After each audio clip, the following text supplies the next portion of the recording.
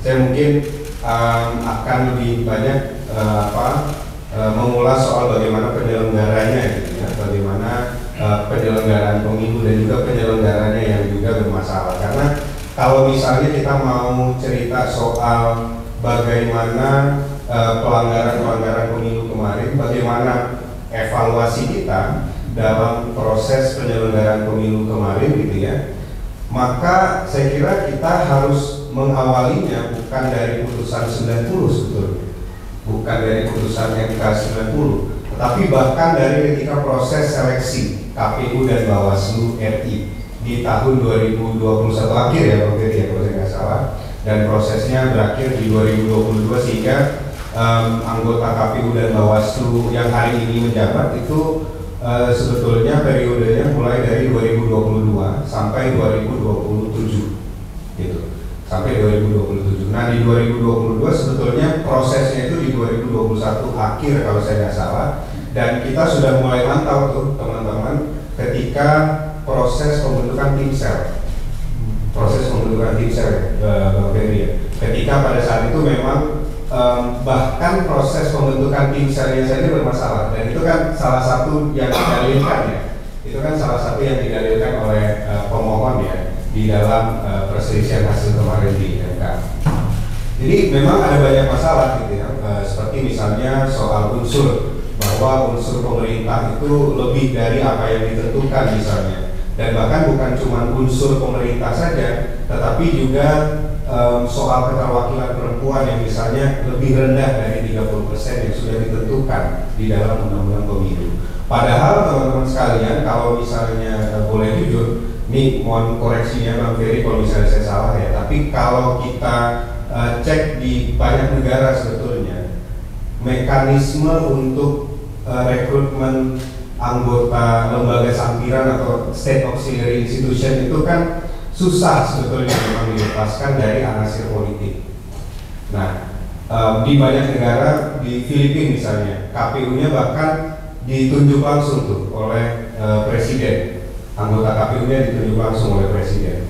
Atau di banyak negara lainnya lah misalnya, selalu ada proses yang sangat berat di legislatifnya misalnya, sangat berat di legislatifnya. Tetapi di Indonesia, kalau kita lihat ada mekanisme yang namanya tim sel gitu ya teman-teman. Jadi kita punya presiden dan DPR yang kemudian punya pengaruh dalam proses seleksi, punya pengaruh dalam proses rekrutmen anggota KPU dan Bawaslu-nya gitu ya.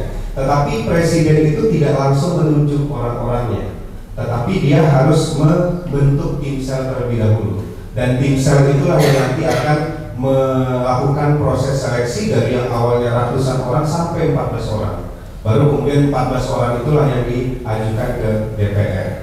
Dan pembentukan tim selnya itu pun sebetulnya juga melalui rambu-rambu yang saya kira dalam atau secara normatif itu sudah sangat tepat gitu ya. Tentu ada banyak hal yang harus diperbaiki dalam konteks normanya gitu. Tapi saya kira nggak terlalu banyak masalah. Toh ternyata rambu-rambu yang ada di dalam Undang-Undang Pemilu 2017 ini berhasil kok membatasi Presiden Joko Widodo pada saat itu 2017 misalnya dalam proses seleksi gitu ya, itu ya ada tim sel yang memang berkualitas, yang dihasilkan yang memang berkualitas seperti itu. Tetapi sayangnya dengan rambu-rambu yang sama, karena Undang-Undang Pemilunya tidak diganti, dengan rambu-rambu yang sama pada 2022 rambu-rambu ini gagal untuk membentuk kesewenang-wenangan gitu ya dari presiden untuk membentuk tim sel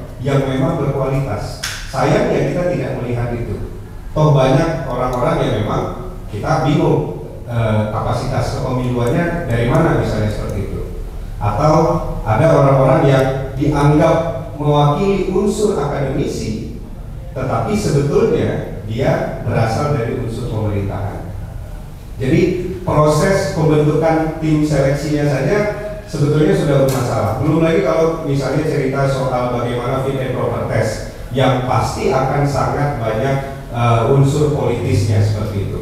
Siapa kenal siapa dan lain sebagainya. Dan itulah yang akhirnya menghasilkan ya, Bang Ferry ya, menghasilkan anggota KPU dan Bawaslu yang kita lihat hari ini, teman-teman sekalian. Dan ini sangat berpengaruh sebetulnya terhadap bagaimana integritas penyelenggara itu sendiri. Nah, ada beberapa hal dan bahkan saya kira salah satu tantangan terbesar pemilu 2024 kemarin itu penyelenggaranya. Tantangan terbesarnya itu justru salah satunya adalah penyelenggaranya. Selain juga negara yang gagal dalam menciptakan peluang yang setara bagi para kontestan.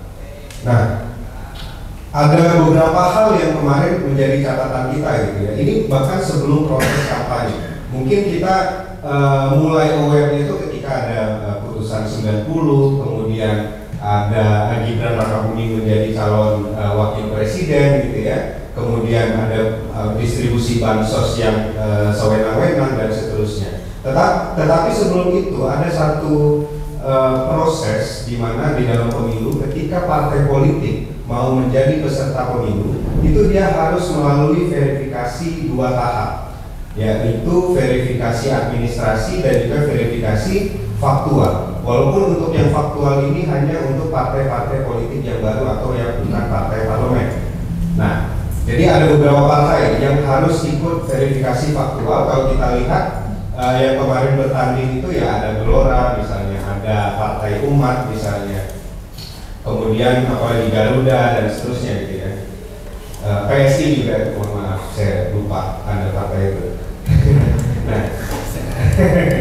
nah kemudian itu partai-partai yang harus mengikuti verifikasi faktual, teman-teman sekalian. Dan ternyata dalam proses verifikasi faktual itu ada semacam manipulasi di beberapa daerah yang dilakukan oleh KPU, yang mana ini ada partai-partai politik yang sebetulnya tidak memenuhi syarat karena syarat keanggotaannya kurang misalnya, atau kemudian tidak ada kepengurusan di beberapa daerah yang harusnya ada misalnya seperti itu.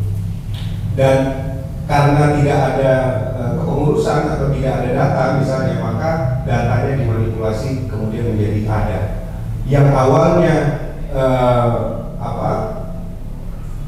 statusnya itu TMS atau tidak memenuhi syarat, kemudian diubah menjadi memenuhi syarat di dalam SIPOL atau Sistem Informasi Partai Politik. Karena proses pendaftaran termasuk juga melengkapi berkas, syarat dan lain sebagainya itu ada di aplikasi atau dalam sistem informasi yang dibentuk oleh KPU, namanya Sistem Informasi Partai Politik atau SIPOL. Dan di SIPOL itulah proses penggantian, proses manipulasi kemudian dilakukan. Dan ini saya ngomong bukan tanpa dasar karena ini sudah ada putusan di KPP-nya dan terbukti bahwa KPU melakukan manipulasi, walaupun kemudian di KPP-nya tidak mengorek lebih jauh sampai sejauh mana perintah itu diturunkan, gitu. Nah, itu yang pertama ya, soal SIPOL. Kemudian selanjutnya juga soal transparansi terhadap informasi. Ada banyak sekali informasi yang kemudian ditutupi oleh KPU. Anda bisa bayangkan, pemilu ini kan proses demokrasi ya. Pemilu ini kalau satu negara mau dibilang negara demokratis gitu ya, maka token of membership-nya adalah dia harus bikin pemilu dulu, sehingga dia bisa tidak dikucilkan di dalam dunia internasional yang demokrasi club lah, kira-kira seperti itu. Kalau dia nggak mau dikucilkan dari demokrasi club itu, maka dia harus punya pemilu. Jadi kayak sepenting itu pemilu, gitu ya, di dalam konteks demokrasi. Nah, anehnya adalah, oke, kita selenggarakan pemilu, tapi kita nggak transparan sama data-data pemilunya itu sendiri. Contohnya apa?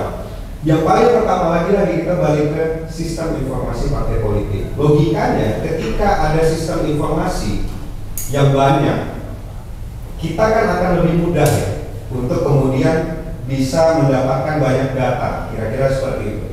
Data-data yang memang penting untuk dilihat oleh publik sebagai bentuk pengawasan dan juga kontrol dari publik.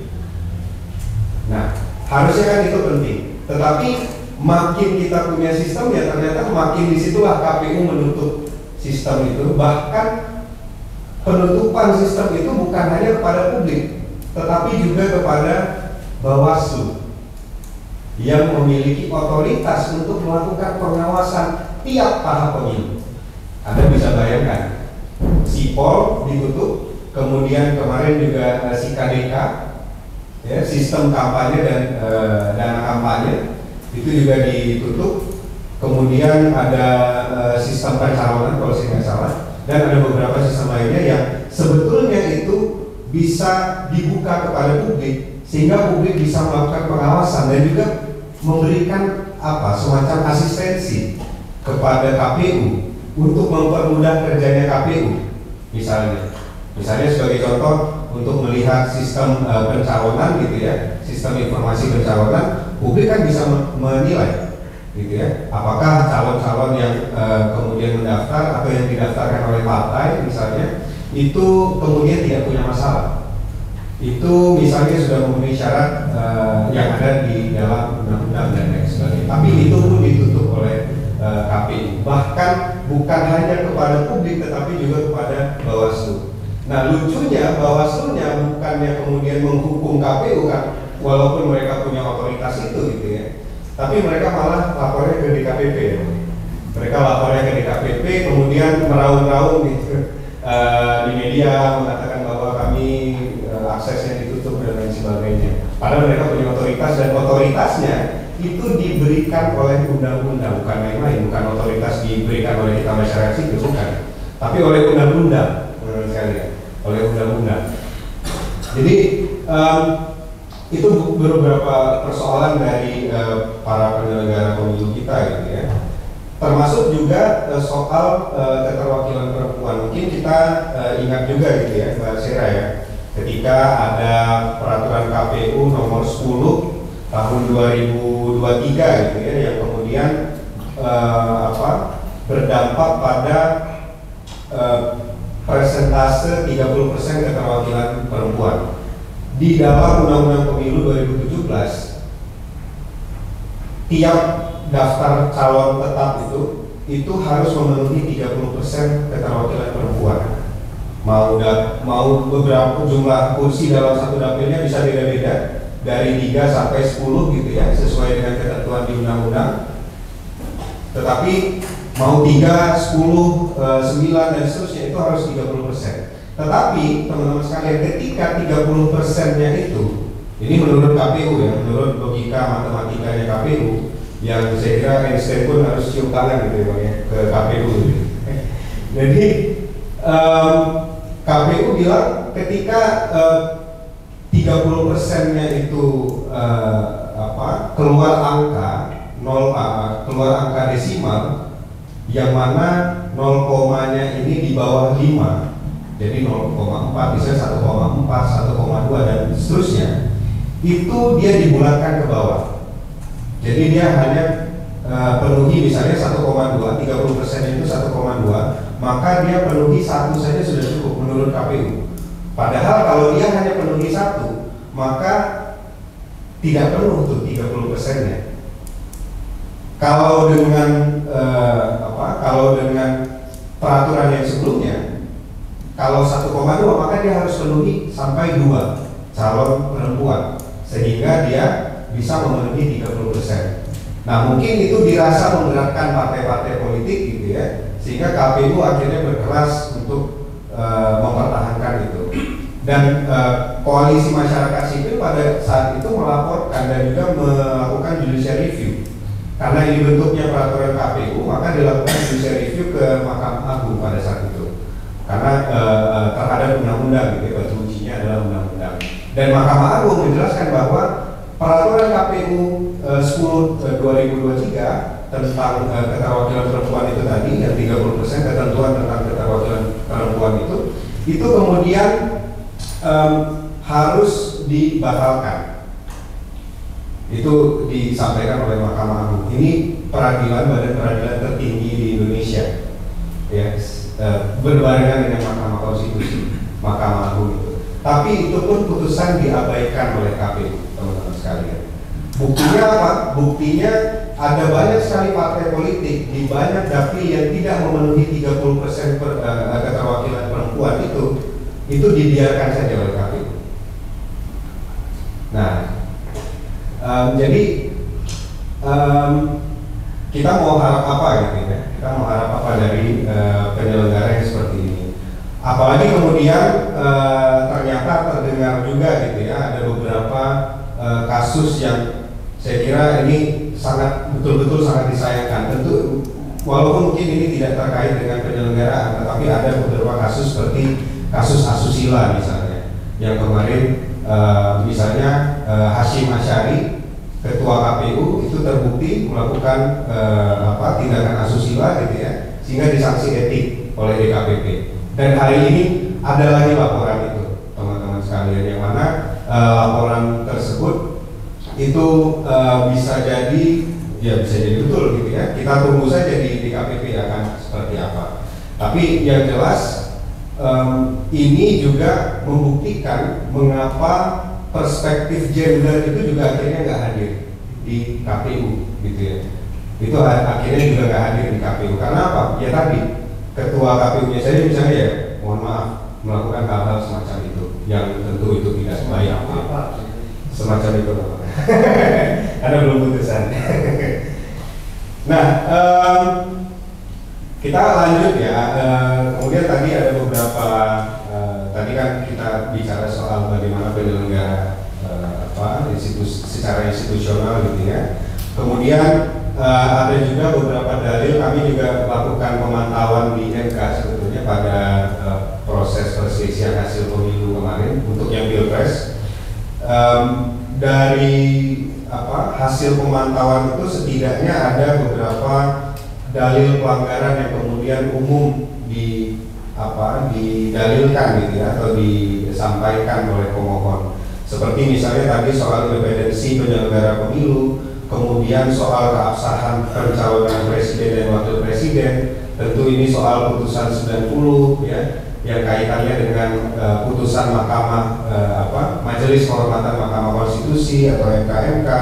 Kemudian juga ada persoalan bansos gitu ya, yang tadi juga sudah dijelaskan, mobilisasi atau netralitas penjabat dan aparatur negara, kemudian prosedur penyelenggaraan pemilu dan juga pemanfaatan aplikasi Sirekap yang ini juga banyak didalilkan. Dan tentu ada beberapa hal menarik dalam proses persidangan di MK kemarin gitu, karena yang anehnya adalah ketika putusan MK itu sebetulnya walaupun dia menolak dalil-dalil itu, tetapi dia mengafirmasi juga. Jadi di satu sisi dia katakan menolak, tidak beralasan menurut hukum gitu ya, tetapi di sisi lain MK mengatakan misalnya soal bansos, MK mengatakan bahwa tidak ada sensitivitas dalam distribusi bansos di tengah-tengah pemilu, dan bansos distribusinya ketika mendekati proses pemilu atau proses pilkada itu harus diperbaiki, cara pendistribusiannya, waktu pendistribusiannya dan lain sebagainya. Dan ini kan sebetulnya adalah bentuk MK itu menolak tapi mengafirmasi. Jadi sebetulnya mana yang betul gitu ya? Apakah bansos itu nggak ngaruh sama sekali ke pemilu, atau dia memang berpengaruh sehingga MK memberikan saran korektif misalnya. Nah, belum lagi soal Bawaslu ya. MK kan ada dalil juga soal bagaimana Bawaslu menangani laporan gitu ya. Bawaslu menangani laporan yang mana menurut MK sangat formalistik, sangat prosedural, dan MK menyarankan agar Bawaslu mengubah pendekatan itu menjadi pendekatan yang lebih substansial. Nah, ini juga aneh rekan-rekan sekalian. Kenapa? Karena di banyak dalil, kalau kita lihat kemarin, di banyak dalil MK itu sebetulnya banyak bersandar pada keterangannya Bawaslu. Karena Bawaslu di dalam proses PHPU kemarin itu adalah adalah lembaga yang dimintai keterangannya atau pemberi keterangan, gitu ya, pihak pemberi keterangan. Jadi itu yang terjadi sehingga ada banyak kontradiksi ya yang kemudian disampaikan oleh MK. Dan ini kalau kita tarik bagaimana dampaknya ke pilkada, gitu ya. Kalau misalnya MK konsisten, misalnya bansos ya, bansos MK konsisten bilang kami menolak bansos dan kami menolak dalil soal bansos dan bansos tidak berpengaruh terhadap pemilu, maka ujungnya adalah ya sudah, memang bansos bukan pelanggaran hukum misalnya seperti itu. Tapi dalam konteks sekarang bansos itu masih dianggap MK sebagai cara yang berdampak betul terhadap hasil pemilu. Itulah bansos, makanya diminta MK untuk perbaiki kan gitu. Nah di sini para terutama petahana ya Mbak Sera ya, para petahana itu mereka punya kekuasaan untuk bisa mengkanalisasi sumber daya negara termasuk bansos, ya kan? Termasuk bansos, yang mana mereka akan berpikir, ini misalnya dalam konteks pilkada, mereka akan berpikir, oke ini pelanggaran, tapi MK nggak menindak apapun kok, walaupun MK mengakui sendiri bahwa itu adalah pelanggaran, tapi MK tidak menindak apapun. Jadi itu yang kira-kira akan terjadi rekan-rekan sekalian, sehingga banyak pelanggaran yang saya kira nanti akan lebih masif lagi dilakukan. Apalagi konteksnya politik lokal yang kalau politik nasional kan kita masih terbaca gitu ya. Tapi kalau politik lokal, kalau kita bukan orang sana, mungkin kita nggak akan punya bacaan yang banyak misalnya seperti itu. Nah, kemudian tadi soal integritas penyelenggara yang perlu kita ketahui adalah KPU Kabupaten Kota, Bawaslu Kabupaten Kota, Bawaslu Provinsi dan KPU Provinsi hari ini itu adalah bentukan dari KPU RI dan Bawaslu RI. Jadi bisa jadi karakteristiknya mungkin sama saja. Artinya ya dekat dengan kekuasaan, misalnya dekat dengan peserta pemilu, tidak menjaga jarak, gitu ya, dan juga patut dipertanyakan integritasnya. Walaupun kita tidak berharap hal semacam itu, gitu ya. Jadi karena nanti di pilkada yang menangani atau yang yang akan bersinggungan langsung dengan pilkada itu adalah KPU daerah, gitu ya. Maka ya cerminan KPU daerah itu bisa dilihat sebagai ya cerminan dari KPU pusat seperti itu, atau Bawaslu-nya juga Bawaslu pusat, cerminan dari Bawaslu pusat. Dan kemudian soal penjabat kepala daerah misalnya, ini juga saya kira jadi satu hal ya yang kemarin juga disinggung di dalam PHPU.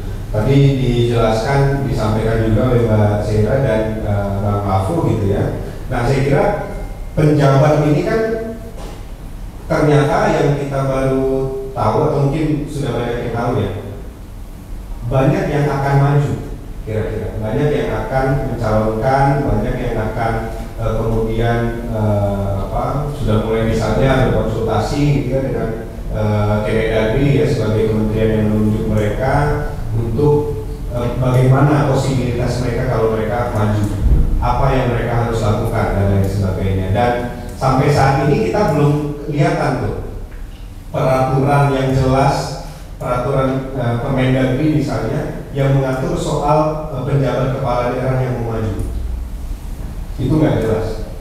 Ya, jadi bisa jadi ini sudah detik-detik akhir baru mereka mundur dan akhirnya mereka mencalonkan diri. Kenapa? Karena mereka punya sumber daya yang kuat. Dan mereka yang mungkin berbeda dengan para pelaku dan aktor politik lokal adalah mereka terkoneksi dengan politik nasional. Karena mereka dipilih melalui mereka dipilih oleh Kemendagri. Mereka terkoneksi dengan politik nasional. Dan itulah yang terlihat juga di dalam proses pemilu kita kemarin gitu ya. Jadi mereka terkoneksi dengan politik nasional dan saya kira ini akan sangat banyak membantu mereka nanti. Makanya ketika peraturannya sampai hari ini juga tidak ada, gitu ya, maka ya bisa jadi penyalahgunaan kewenangan dan sumber daya negara itu menjadi lebih masif lagi seperti itu. Belum lagi kalau misalnya mereka tidak maju, tapi mereka terkoneksi juga dengan politik lokal. Mereka terkoneksi dengan aktor-aktor politik lokal yang mungkin punya atau punya kekuatan politik yang linear dengan politik nasional, sehingga ada ketersambungan dan mungkin saja ada bantuan-bantuan yang diberikan, terutama bantuan elektoral yang bentuknya ya bisa bansos, bisa pengerahan aparatur sipil negara dan lain sebagainya. Dan yang terakhir saya kira soal aparatur sipil negara gitu ya, terutama yang kemudian paling kita soroti kemarin kan soal kepala desa dan aparatur desa yang tadi juga sudah disampaikan gitu ya. Nah ini juga penting dipikirkan teman-teman sekalian, karena saya kira gini, kepala desa dan aparatur desa gitu ya, atau perangkat desa itu mereka memiliki kekuatan politik yang sangat kuat di dalam konteks lokal, terutama di desa. Mereka ada dua hal setidaknya. Pertama, ada fungsi yang influential, artinya dia punya pengaruh secara politik gitu ya. Dia bisa mempengaruhi secara sosial, dia dipandang dan sebagainya. Dan di sisi lain ada pintu keduanya adalah mereka memegang kekuasaan administrasi. Dan inilah yang sebetulnya kan kita lihat bagaimana koneksi antara misalnya bansos, kemudian ada program-program PKH ya, program keluarga harapan dan lain sebagainya. Kepala desa, perangkat desa itu memegang nama-nama yang mendapatkan misalnya PKH. Bukan tidak mungkin itu disalahgunakan. Kalau misalnya orang-orang yang ada di desa itu tidak mau menyesuaikan pilihannya dengan pilihan si kepala desa tersebut.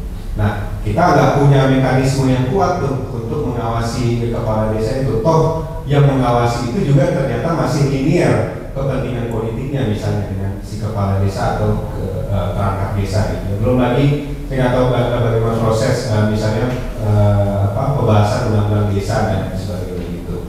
Dan mungkin sebagai penutup kita lihat juga gitu beberapa karena fenomena pilpres kemarin gitu ya, di mana bantuan negara itu sangat besar untuk pemenangan kandidat tertentu, sehingga ketika ada petahana yang mau maju hari ini yang dia juga terkoneksi dengan kekuatan politik di nasional yang kaitannya dengan pilpres kemarin gitu ya, maka nggak akan ada yang berani lawan.